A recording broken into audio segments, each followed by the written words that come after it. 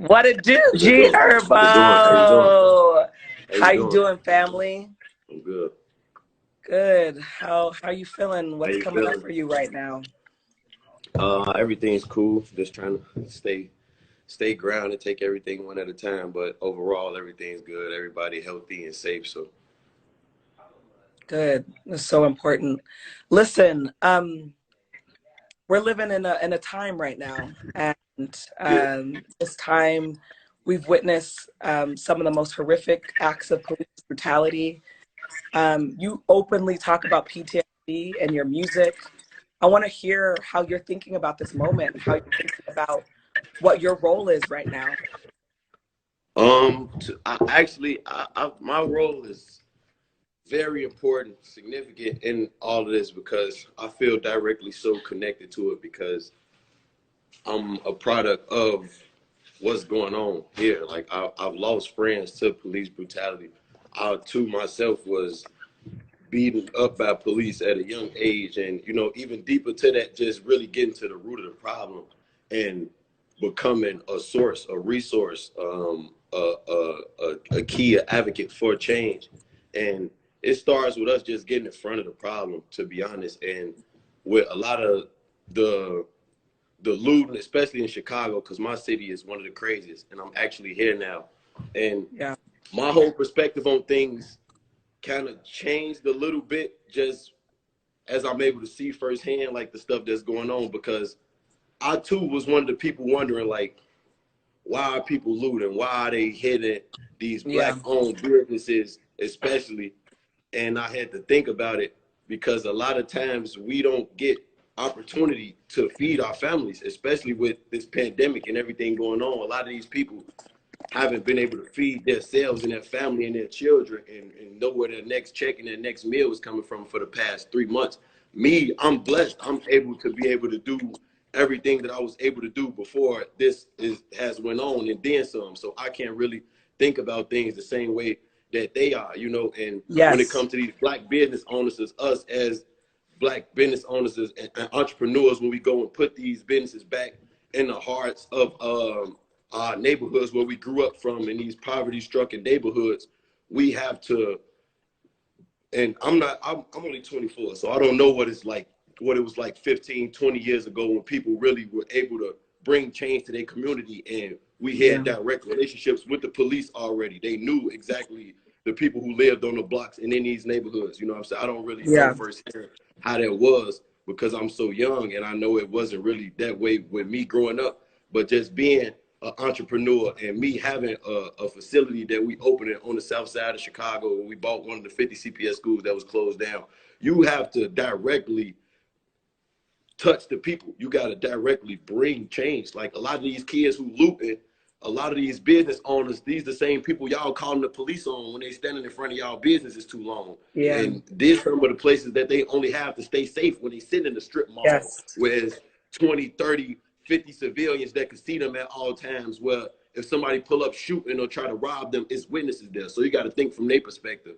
And a Yes. lot of times you can't really judge people for even when they have to do certain things to provide for their family, sell drugs and stuff like that. And Yes. when they in front of these businesses, that's like their only safe haven in a way. You know what I'm saying? So if Yes. you don't really feel connected to these people, if they don't feel connected to you, where they gonna make the sacrifice to not hit your business because you gave back to them in a way. And I'm not saying you owe anybody anything, but look at it. Absolutely. If it was you, you would be looking at it like, what did this person do for me? Or what has the government, what has the system done for me? The system that's failed me over and over and Over and over over again. This is again. my only Yes. opportunity to be able to, you know what I'm saying, bring change for myself. Is to steal and take. You can't really judge these people for that. Gee, I'm so glad that you so eloquently put it that way, because what I hear you saying is not that you are okay with what's happening, but you understand what's happening. I And I think understand what's happening. that's so important, though, because people, what we're hearing from mayors and governors is tone deaf, right? Yeah, It's stop protesting, stop looting, but it's not saying we're sorry. We are going to change what's happened to you. We're going to change exactly. the conditions.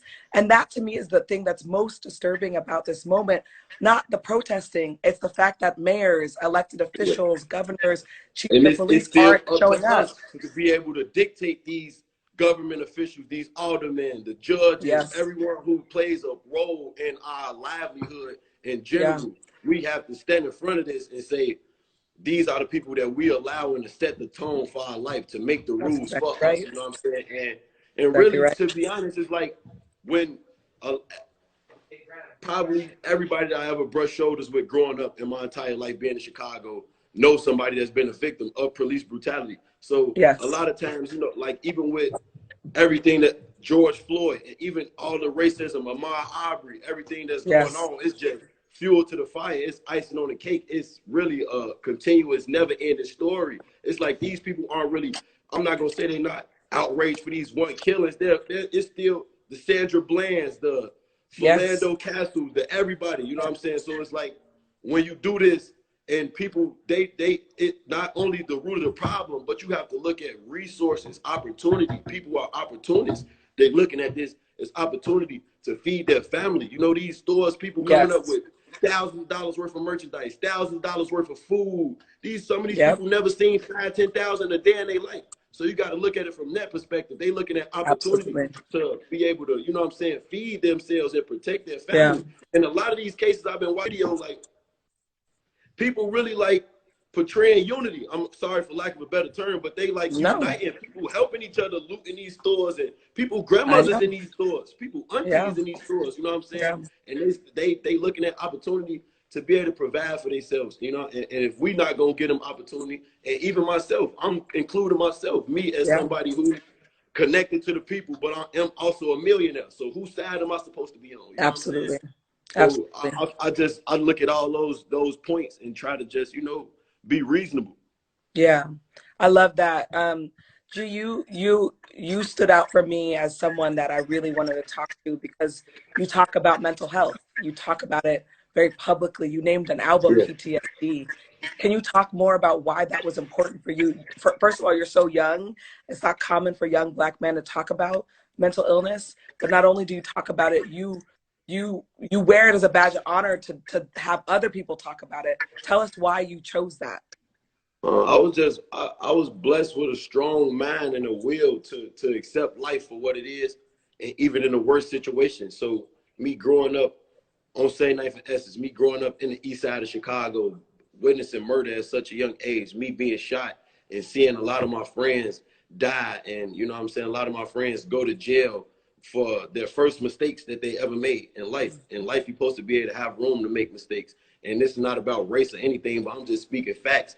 And when you come from these in what the Jewish communities, the Asian communities, the Arab communities, even the white communities, they have relationships directly on with people. It's all start with resources where you're able to make these mistakes and learn from them. We got to be accountable for our mistakes at 14, 15 years old. So Yeah. holding a kid accountable for their mistakes, that alone is PTSD. And we don't understand Mhm. it. It's so normal to us. We normalize bad. You know what I'm saying? We immune, we Yeah. desensitize bad. And I didn't know that I was suffering from PTSD all my life. So, like I was saying, going back to me just having a strong willpower, I made the best of every situation I ever been in. And that's not Absolutely.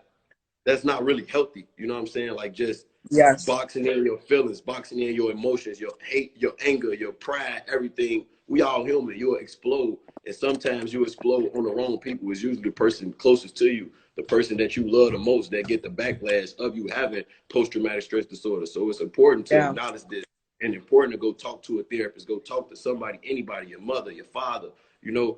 So it was important for me because it helped me get through a lot of these times. You know, like I said again, I was blessed to have a strong mind to be able to say, all right, I'm gonna make the best of this situation and acknowledge that I do have PTSD because I had to carry a gun on me for 10 years straight every single day of my life, you know, and I thought it was normal. So realizing that I do suffer from a mental illness and going to help myself, you know what I'm saying? Not just going to seek help, Yeah. going to talk to a therapist or listen to people, me actually wanting to go help myself so I can function on a day-to-day basis, because it may look this way. I may be an artist and people look at me like a person that has stature and I'm able to function on a day-to-day basis. But a lot of things that I go through can drive me crazy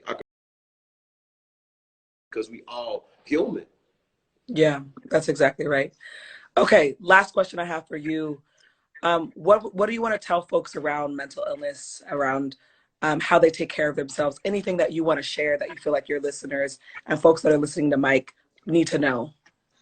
I would tell everybody to don't believe in coincidence. Life isn't a coincidence. We're not going through these times for a coincidence. This is history being made. And this, with a lot of the stuff, I don't want to sound like I'm being in a negative way, but a lot of this reconstruct so we can have somebody to represent us and say, hey, these are our demands. And I'm telling people that don't shy away from your thoughts, don't shy away from your feelings or your aspirations, where you want to be in life, anything, everything you feel, every emotion, every thought that go through your mind and your body is for a reason. So don't run away from that. Try to correct your problem, fix your problem. And a lot of people don't know how to communicate it or do it a certain way, but these people fixing the problem, they trying to fix the problem with looting. Yeah. They trying to fix the problem with the racism going on, and they trying to fix their problems internally at home with their stuff, with their PTSD, with their kids. That's PTSD. People don't know how to feed their families right now. And Yeah, we were struggling before the pandemic, going to work every day, still that's struggling. So exactly imagine right. what people going through that haven't been able to work. You know what I'm saying? Yeah.